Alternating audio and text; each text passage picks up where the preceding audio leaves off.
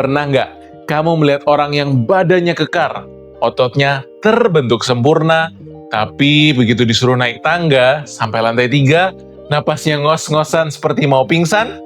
Di minggu peringatan Hari Asma Sedunia ini, kita diingatkan tentang sebuah prinsip penting.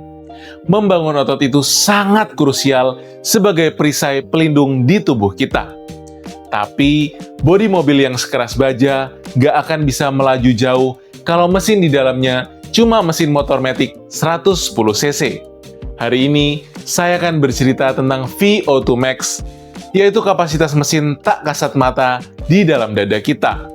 Bagaimana merakit paru-paru dan jantung sekuat baja untuk mengimbangi ototmu, dan cara membesarkan kapasitas mesin tubuhmu meski kamu benci olahraga lari.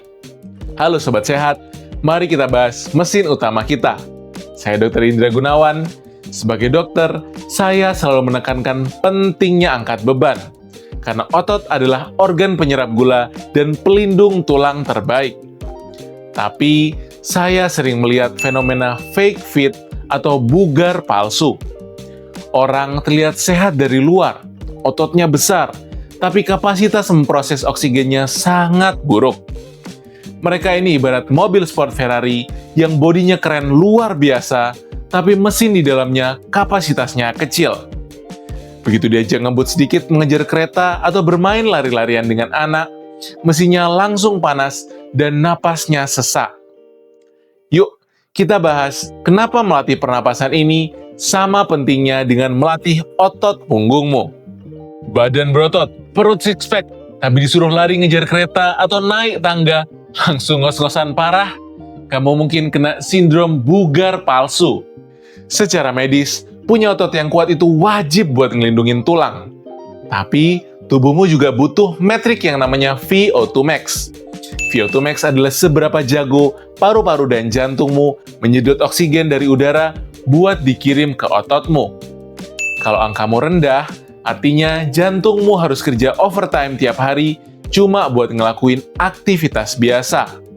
Otot besarmu bakal percuma kalau nggak dapat suplai oksigen yang cukup. Mulai sekarang, seimbangkan porsi latihanmu. Bangun ototmu sebagai perisai, dan latih jantungmu dengan kardio sebagai mesinnya. Yuk kita bedah sinergi anatomi antara jantung dan otot ini. VO2 Max itu sebenarnya mengukur dua proses yang bekerja sama secara indah. Yang pertama, oksigen delivery atau pengiriman. Seberapa kuat jantungmu memompa darah merah yang kaya oksigen ke seluruh pelosok tubuh. Yang kedua, oksigen extraction atau penarikan. Seberapa jago pabrik energi di sel ototmu atau mitokondria menyedot oksigen itu dari darah untuk dibakar menjadi tenaga. Kalau orang dengan VO2 Max rendah naik tangga, otot kakinya udah kuat dan siap bekerja. Tapi jantungnya lelet memompa suplai oksigen. Akhirnya, otot terpaksa memakai jalur darurat tanpa oksigen atau anaerobik, yang menghasilkan asam laktat. Asam laktat inilah yang bikin kakimu terasa perih terbakar dan napasmu terengah-engah. Jadi, melatih kardio sejatinya adalah melatih sistem supply atau supply chain untuk memberi makan otot besarmu.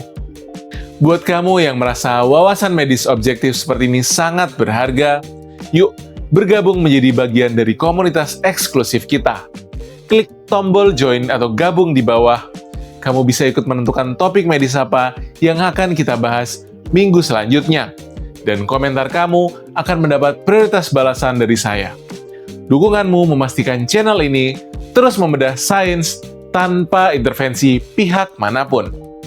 Terus, gimana cara memperbesar tangki mesin ini? Kalau kita bawa mobil dengan mesin yang masih payah, kita nggak bisa langsung injak gas pol-polan, kan? Kita harus membangun fondasinya dulu. Mau paru-paru dan jantung sekuat atlet, tapi benci banget sama olahraga lari yang bikin dada sesak? Rahasianya ada di kardio zona 2. Banyak yang salah kaprah mikir olahraga kardio itu harus selalu lari kenceng sampai napas mau putus.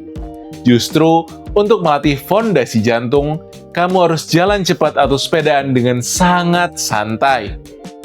Patokannya, pakai tes ngobrol. Selama kamu olahraga, kamu harus masih bisa ngobrol santai sama teman di sebelahmu tanpa terputus-putus ngambil napas. Kalau kamu rutin ngelakuin ini 30-40 menit sehari, kamu lagi ngebangun ribuan pembuluh darah baru untuk ngasih makan otot-ototmu. Mesin jantung jadi kuat tanpa harus ngerasa tersiksa. Di balik konsep kardio zona 2 yang terlihat sangat santai itu, terjadi perubahan struktural yang luar biasa di dalam jantungmu.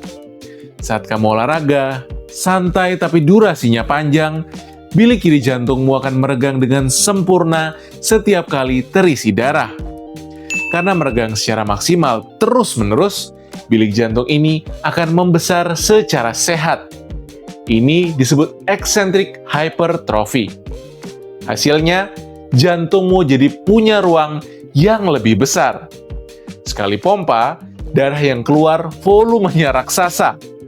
Makanya, detak jantung istirahat atau resting heart rate orang yang rajin zona 2 sangat rendah.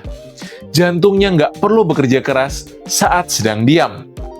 Selain itu, tubuh merespon olahraga zona 2 dengan angiogenesis, menciptakan ribuan cabang pembuluh darah kapiler baru di otot. Semakin banyak pipa kecil ini, semakin maksimal ototmu menyedot oksigen. Nah, setelah fondasi mesinnya kuat dan pembuluh darah kapilernya banyak, barulah kita pasang turbo di mesin tersebut. Ini adalah trik ekstrim untuk orang sibuk yang ingin mendongkrak kapasitas paru-parunya dalam waktu yang sangat singkat. Fondasi napas sudah lumayan kuat, tapi pengen ningkatin VO2 max secara ekstrim biar nggak pernah ngos-ngosan lagi? Pakai protokol Norwegia 4x4. Ini adalah rahasia kardio tingkat lanjut. Caranya, lari sekencang mungkin atau sepedaan sekuat tenaga selama 4 menit penuh sampai napasmu ngos-ngosan maksimal. Setelah 4 menit, istirahat jalan santai selama 3 menit. Ulangi siklus kencang santai ini sampai 4 kali. Totalnya cuma 28 menit. Latihan ini bakal ngasih tekanan super ekstrim ke jantung dan paru-paru untuk sesaat. Hasilnya, kapasitas tubuhmu memproses oksigen bakal meroket tajam. Lakukan seminggu sekali aja, dan rasakan napasmu sekuat kuda. Protokol interval 4x4 ini sangat legendaris di dunia fisiologi olahraga. Ini adalah batas maksimal tubuh kita melawan kehabisan napas. Ketika kamu memaksakan diri di intensitas tertinggi selama 4 menit, oksigen di darahmu turun drastis. Sel-sel tubuhmu mengalami krisis sesaat yang disebut hipoksia.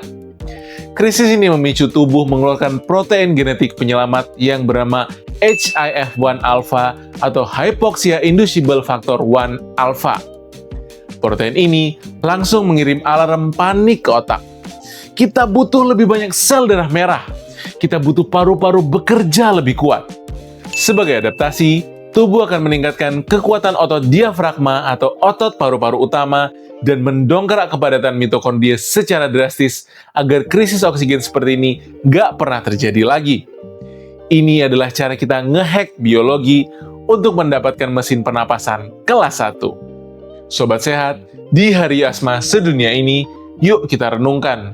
Tubuh yang luar biasa membutuhkan 2 pilar yang berdiri sejajar. Jangan cuma membangun sasis atau bodi yang kekar.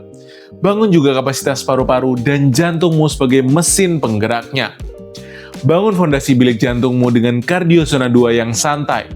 Terus, pasang turbo di parumu dengan metode interval 4x4 seminggu sekali. Kombinasi angkat beban dan kardio adalah resep mutlak umur panjang yang optimal.